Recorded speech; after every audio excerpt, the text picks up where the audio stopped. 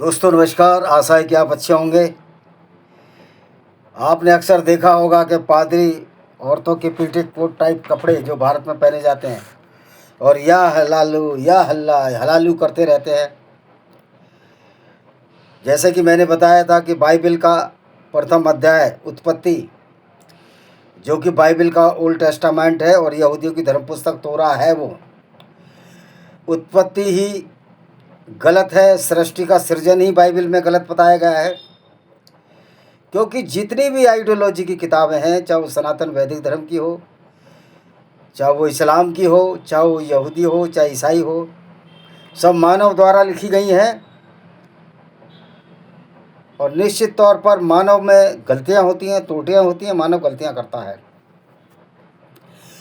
जहां एक और ईसाइयत में एक पत्नी प्रथा का प्रचलन है, वहीं जेनेसिस उत्पत्ति जो पहली किताब है इनके, उसमें एक लूत की कहानी आती है, या जिसको लौत कह सकते हो, LOTH। लौत की कहानी आती है कि एक जो शहर था, जो सोडोम सिटी था, सोडोमी वहीं से चली है। जो गे शब्द है वो सोडोमी वहीं से चली है। जो सोडोम सिटी था, वहाँ के लोग सोडोमी करने लगे थे, गे हो गए थे, मैन टू मैन इंटरकोर्स करते थे, यानी कि एक बहुत गंदी प्रथा थी। उस यार इसको जरा इसमें डाल दूं। सही है। उस गंदी प्रथा को क्रिश्चियनिटी में बहुत गलत माना गया। गे को निश्चित तौर पर ये नेचुरल नहीं, अननेचुरल है। लेकिन मूर्खता का अंजाम देखिए। अपनी बेटियों से बलात्कार करने वाला लूथ, ये कहाँ का मॉरल वैल्यू हो सकती है, मॉरल कथा हो सकती है। हुआ क्या, जब साडोम सिटी में इस तरह के गंदे कार्य होने लगे, गे होने लगे, मैन टू मैन सेक्स होने लगा, intersex between the man is known as the gay, the people और the person known as the gay. जब ये होने लगा तो बाइबल के कथनानुसार जो झूठी और फ्रॉड पाखंड कहानी है, वहाँ पर मिलने वाले 3 मेहमान आए, जिन्होंने लूत के घर में आकर बोला कि तुम इस साडोम सिटी को छोड़ दो। अगर तुम इस साडोम सिटी को नहीं छोड़ोगे तो ये सिटी धूल और राख के बवंडर में तब्दील हो जाएगा, यानी कि धूल और राख का एक बवंडर उठेगा और ये सोडोम सिटी बर्बाद हो जाएगा।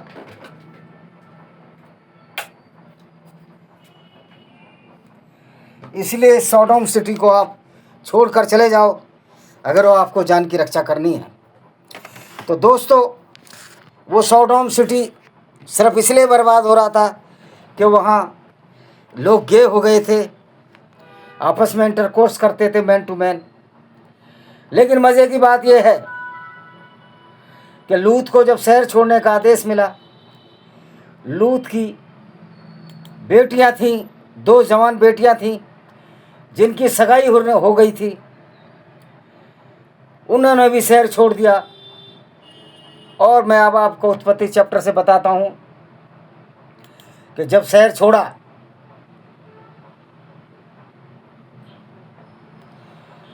तो ये गुफा की तरफ गए, और उस गुफा में गए, ठहरे शहर से दूर।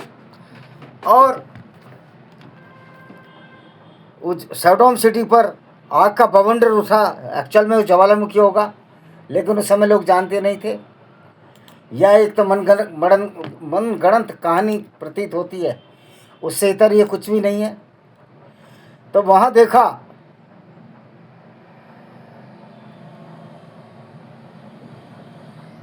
कि लौटते हुए इसकी पत्नी, जो लूत की पत्नी थी, उसको कहा था पीछे मुड़कर मत देखना, जो 3 लोग आए थे। और वो जब 3 पीछे मुड़कर नहीं देखे तो सलामत निकल जाओगे। जिस प्रकार के वो फल मत खाना बुद्धि वाला, क्योंकि अगर बुद्धि आ जाएगी, दिमाग आ जाएगा, तुम ईश्वर को नहीं मानोगे। इसलिए वहाँ भी बाइबल लिखने वाले ने भविष्यवाणी कर दी, एक एक ऑर्डर किया कि उस पेड़ को मत खाना जो ज्ञान का पेड़ है। लेकिन शैतान ने उस ज्ञान के पेड़ को खिला दिया और मनुष्य को बुद्धि आ गई। यानी कि आप इनका मोडस ऑपरेंडी देखिए, किताब लिखने वाले का तरीका देखिए, इसकी साइकोलॉजिकली देखिए कि जो बाइबल को लिख रहा था वो भी नहीं चाहता था कि मेरा भांडा फूटे और मनुष्य में बुद्धि ना आए, बुद्धि आए। इसीलिए सांकेतिक रूप से बाइबल में इस बात का उल्लेख कर दिया गया कि अगर आदम और ईव अदन की वाटिका में उस फल को खा लेंगे जो बुद्धि का फल है, तो बड़ा अनर्थ हो जाएगा। यानी कि कोई भी विज्ञान, कोई भी धर्म, कोई ऐसा धर्म तो है ही नहीं, धर्म तो एक ही होता है। कोई भी आइडियोलॉजी कभी ये नहीं चाहती कि आप लोग बुद्धिमान बने, क्योंकि जब आप बुद्धिमान बन जाते हैं तो बाइबल का सिराजा बिखर जाता है, मनुस्मृति का सिराजा बिखर जाता है, कुरान का सिराजा बिखर जाता है। और महसूस होता है कि ये सारी की सारी किताबें मन गढ़ंत किताबें हैं, इंसानों द्वारा लिखी गई हैं। इसलिए इस्लाम में भी कह दिया गया है कि आपको मानना है, जानना नहीं है। यानी अंधभक्ति को, पाखंड को, मूर्खता को आस्था का चोगा पहनाकर लोगों को बेवकूफ़ और भरमाने की कोशिश की गई है। तो दोस्तों यही हाल उस लूत का था। अब वो चैप्टर खुल गया है और मैं उस चैप्टर को आपके सामने रखता हूँ। वो शायद 24वां चैप्टर है, कौन सा है अभी पता लग जाएगी। तो ये देख सकते हैं कि आप किस तरह से लोगों को बेवकूफ़ बनाया गया, किस तरह से लूत की कहानी को गढ़ा गया और किस तरह से सॉडोम सिटी जिसमें लोग गे हो गए थे उसको बर्बाद करने का षड्यंत्र रखा। यानी कि बाइबल में गे होना बहुत बड़ा अपराध है, लेकिन जब लूत अपनी बेटियों से इंटरकोर्स कर रहा था तब ये अपराध नहीं है। ये कितनी विधि की विडंबना है कि किस तरह से ये मूर्खता चली आ रही है। देखिए अभी मैं खोल रहा हूँ कौन सा है, उत्पत्ति 25वां होगा, देखता हूँ, बढ़ा रहा हूँ मैं उसको आगे। तो दोस्तों हुआ क्या कि जब लूत अपनी पत्नी को साथ जा रहा था, उसकी पत्नी ने अपने घर की तरफ पीछे मुड़कर देखा और नमक का खंभा बन गई। क्या ये संभव है कि एक आदमी सिर्फ पीछे देखने से नमक का खंभा बन जाए? तो इससे प्रतीत होता है जो ये जो फ्रॉड है, बाइबल का फ्रॉड, सिर्फ और सिर्फ इंसानों द्वारा लिखी हुई किताब है। और हमको ये समझ लेना चाहिए। चल रहा है 12।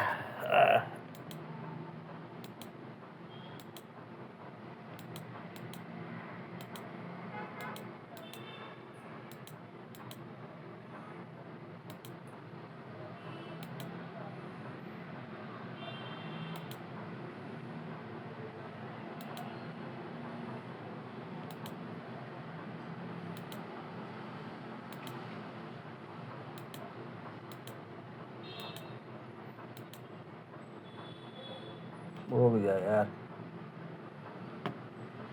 लूत की कना उत्पत्ति, वो सीधा ढूंढ लेते हैं किधर है वो।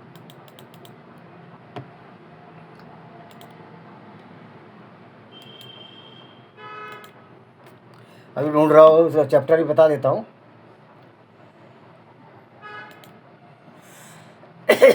लूत की कथा इन हिंदी।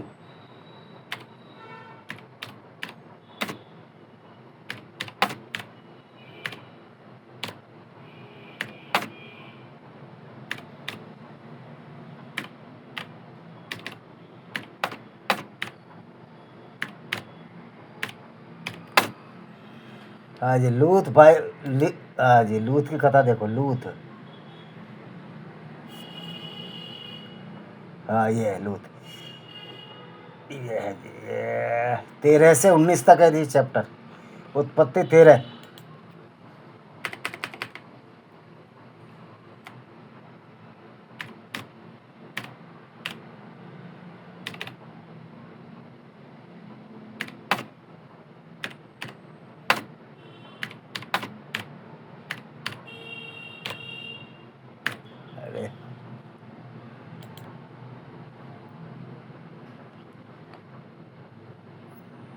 आज उत्पत्ति 13 से हम शुरू करते हैं। ये पहला चैप्टर है लूत का।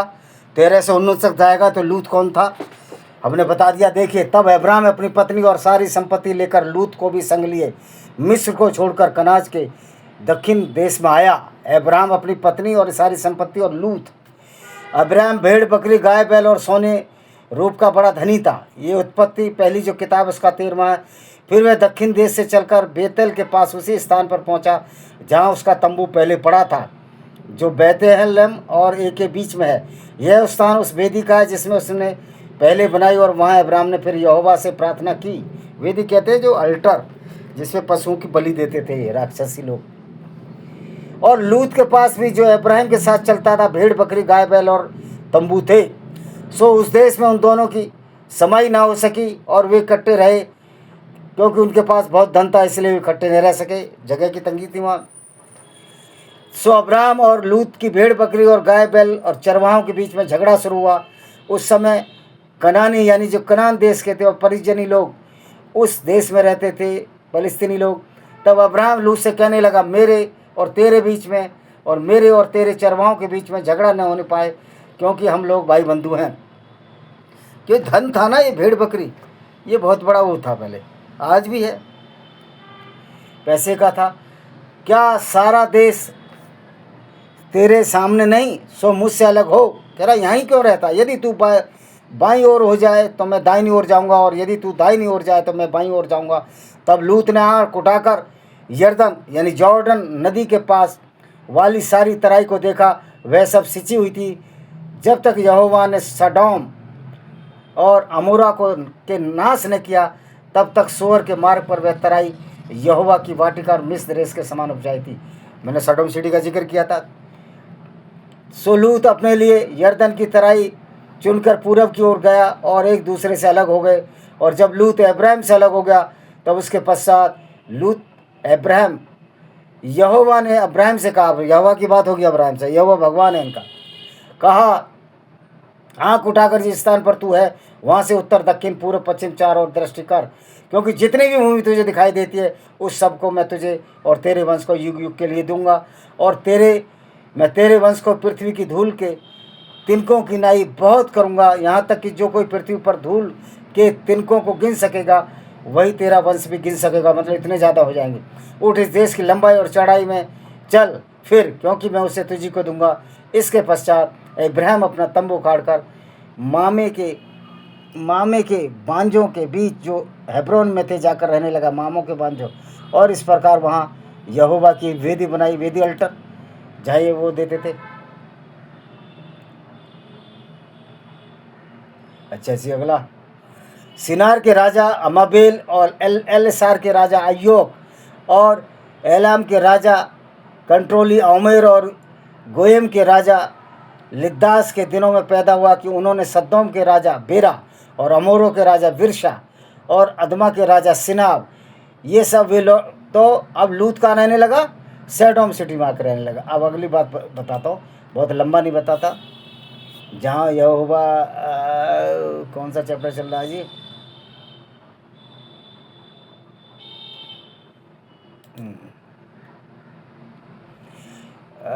16, अभी और आगे जाएंगे हम।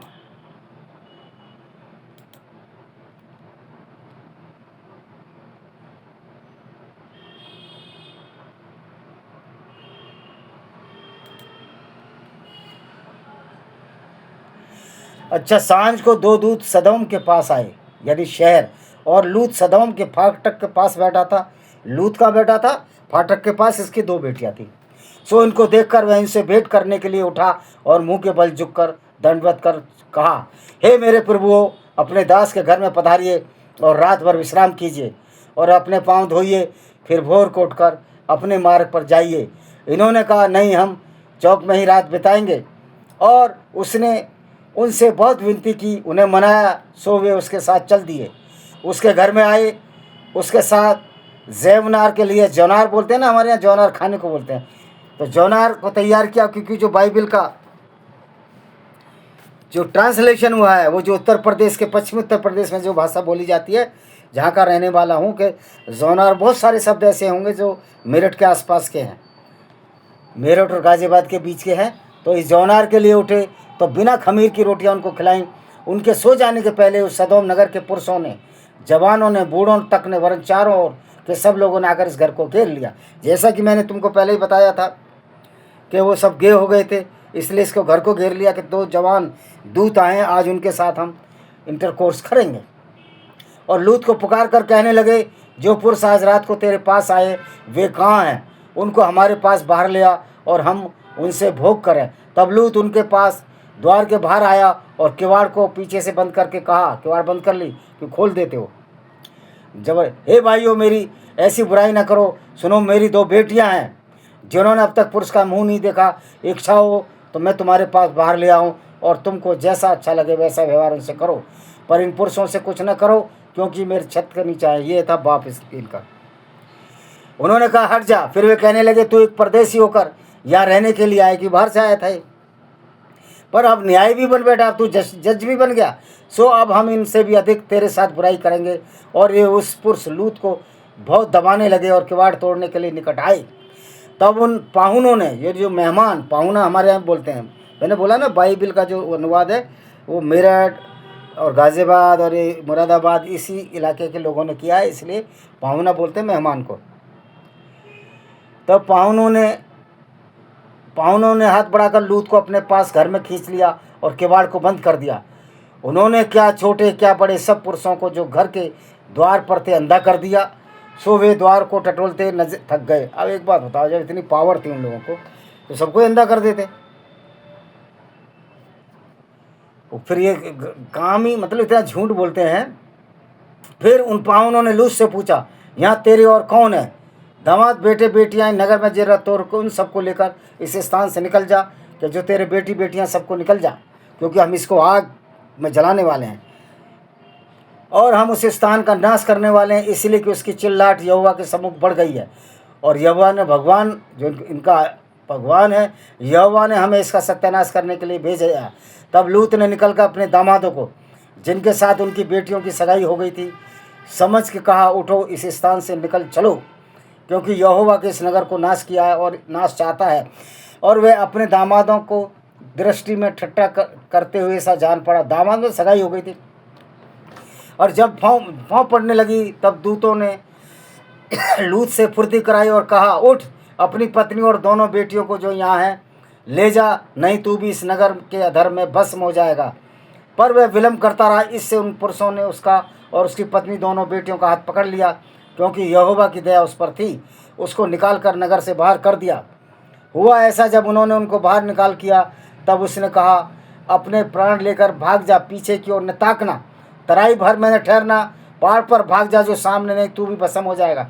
लूत ने उनसे कहा, प्रभु ऐसा न कर, देख तेरे दास पर तेरी अनुग्रह की दृष्टि हुई है और तूने इसमें बड़ी कृपा दिखाई है, मेरे प्राण बचाएं, पर मैं पहाड़ी पर भाग नहीं सकता, कहीं न ऐसा हो कोई विपत्ति मुझ पर आ पड़े और मैं मर जाऊं। देख वह नगर ऐसा निकट है तो मैं वहाँ भाग सकता हूँ, और वह छोटा भी है, मुझ पर वही भाग जाने के लिए क्या वह छोटा नहीं है और मेरा प्राण बच जाएगा। उसने उससे कहा, देख, मैंने इस विषय में तेरी विनती अंगीकार की, यानी स्वीकार की है, और जिस नगर की चर्चा तूने की है उसका मैं नाश करूँगा। फुर्ती से वहाँ भाग जा, क्योंकि जब तक तू वहाँ न पहुँच सके तब तक मैं कुछ न कर सकूँगा। इस कारण उस नगर का नाम सोवर पड़ा। लूत के सोर के निकट पहुँचते ही सूर्य पृथ्वी पर उदय हुआ। और सूर्य तो उदय ही रहता है, पृथ्वी तो बहुत बड़ी है, छोटी है। तब यहोवा ने अपनी ओर से सदोम और अमोरा पर आकाश की गंधक और आग बरसाई। ज्वालामुखी पड़ा होगा, कहानियों में लिख दिया इस तरह। और उन नगरों को, संपूर्ण तराई को, और नगरों की ओर संपूर्ण तराई के नगरों, सब निवासी और भूमि की सारी उपज समेत नाश कर दिया। बचा लूत की पत्नी ने, जो उसके पीछे दृष्टि फेर गई थी पीछे की ओर, वह नमक का खंभा बन गई। लूत की पत्नी शायद मिरान नाम था उसका। भोर को इब्राहिम उठ होकर उस स्थान की ओर गया जहाँ वह यहोवा के सम्मुख खड़ा था, और सदोम और अमोरा और उस तराई के सारे देश की ओर आँख उठाकर क्या देखा, इस देश में धधकती हुई भट्टी का धुआं उठ रहा है। और ऐसा हुआ, जब परमेश्वर ने उस तराई के नगरों में जिनमें लूत रहता उलट पर नाश किया, तब उसने इब्राहिम को याद करके, इब्राहिम नहीं है, अब्राहम है, इब्राहिम तो मुसलमानों ने इब्राहिम को इब्राहिम कर लिया, लूत को इस घटना की ओर से बचा लिया। तब लूत ने सोअर को छोड़ दिया और पहाड़ पर अपनी दोनों बेटियों समेत रहने लगा। और दामादों का था पता नहीं वो कहाँ है। और उसकी दोनों बेटियां वहाँ एक गुफा में रहने लगी। उसकी पत्नी तो वहाँ नमक का खंभा बन गई थी, हालांकि बनती नहीं है, झूठ फ्रॉड है। तब बड़ी बेटी ने छोटी से कहा, हमारा पिता बूढ़ा है और पृथ्वी में कोई ऐसा पुरुष नहीं जो संसार की रीति के अनुसार हमारे पास आए। भाई पुरुष क्यों नहीं थे, पूरे संसार में उत्पत्ति थी, भारत में ही पुरुष रहते थे, लेकिन ये कहानी गढ़ी गई है वहीं के लोगों द्वारा। सो उसे उसी रात के समय अपने पिता के दाक मधु यानी शराब पिलाई। और तब बड़ी बेटी जाकर अपने पिता के पास सोई, पर उसने न जाना कब लेटी और कब उठ गई। बाप को पता ही नहीं कब लेटी कब उठ गई, और संभोग भी हो गया, यानी लड़की ने संभोग किया। और ऐसा हुआ दूसरे दिन बड़ी ने बेटी से कहा, छोटी से कहा, देख कल रात को मैं अपने पिता के पास सोई, आज भी रात को हम उसके दाक मधु पिलाएं, तब तक तू जा उसके साथ हम अपने पिता द्वारा वंश उत्पन्न करें। सो उन्होंने उस दिन भी रात के समय अपने पिता को दाक मधु मतलब वाइन पिलाई, और छोटी बेटी उसके साथ लेट गई। फिर उसको सोने और उठने का समय का ज्ञान नहीं था। इस प्रकार लूत की दोनों बेटियां अपने पिता के साथ गर्भवती हुई, और एक बड़ी पुत्री और उसका नाम मोआब रखा। वह मोआब नाम की जाति जो आज तक का मूल पिता हुआ। और छोटी भी एक पुत्र जनी, उसका नाम बेलम्मी रखा, और अम्मोन वासिंदों को आज तक मूल पिता हुआ। तो ये मैंने कहानी सुनाई कि किस तरह लूत के साथ उसकी बेटियों ने ही शराब पिलाकर बलात्कार किया। ये उत्पत्ति का चैप्टर 16 से लेकर 19 तक में कथा आती है। आप इसको देखिए, ये कौन सा चैप्टर है, 16-17 होगा ये शायद, 19, खास तौर पे 19वां है, लेकिन पढ़ना आपको 16 से 19 तक है। दोस्तों किस तरह बाइबल में झूठ, गंदगी भरी हुई है, व्यभिचार भरा हुआ है, ये आपने देख लिया। जो ये कहते हैं कि ब्रह्मा ने अपनी बेटी को पैदा किया, अगर वास्तव में ब्रह्मा ने भी अपनी बेटी को पैदा किया है और इसका प्रूफ लाकर हमारे ईसाई भाई दे दें, तो वो हम ब्रह्मा भी उसी तरह व्यभिचारी है जिस तरह लूत की दोनों बेटियां व्यभिचारी थी। मेरे नाम से ही न लगा लेना कि मैं हिंदू धर्म की सारी गंद को अपने ऊपर लेकर ढूंढूंगा, उस विषय में मैं नास्तिक हूँ। मैं वहीं तक आस्तिक हूँ जहाँ किताब ये कहती हो कि मानवता के साथ जियो, जहाँ किताब पाखंडों से भर जाए, जैसे मनुस्मृति, बाइबल या तुम्हारा तोरा या फिर तुम्हारी ये कुरान, तो जहाँ गुंडागर्दी से भर जाए तो ये किताब फिर अधर्म की किताब हो जाती हैं। धर्म का इनका से कोई सरोकार नहीं, मानवता का इनसे कोई स्वीकार नहीं। इसी के साथ हम इस वीडियो को विराम देते हैं। वंदे मातरम, जय हिंद, आपका दिन शुभ हो।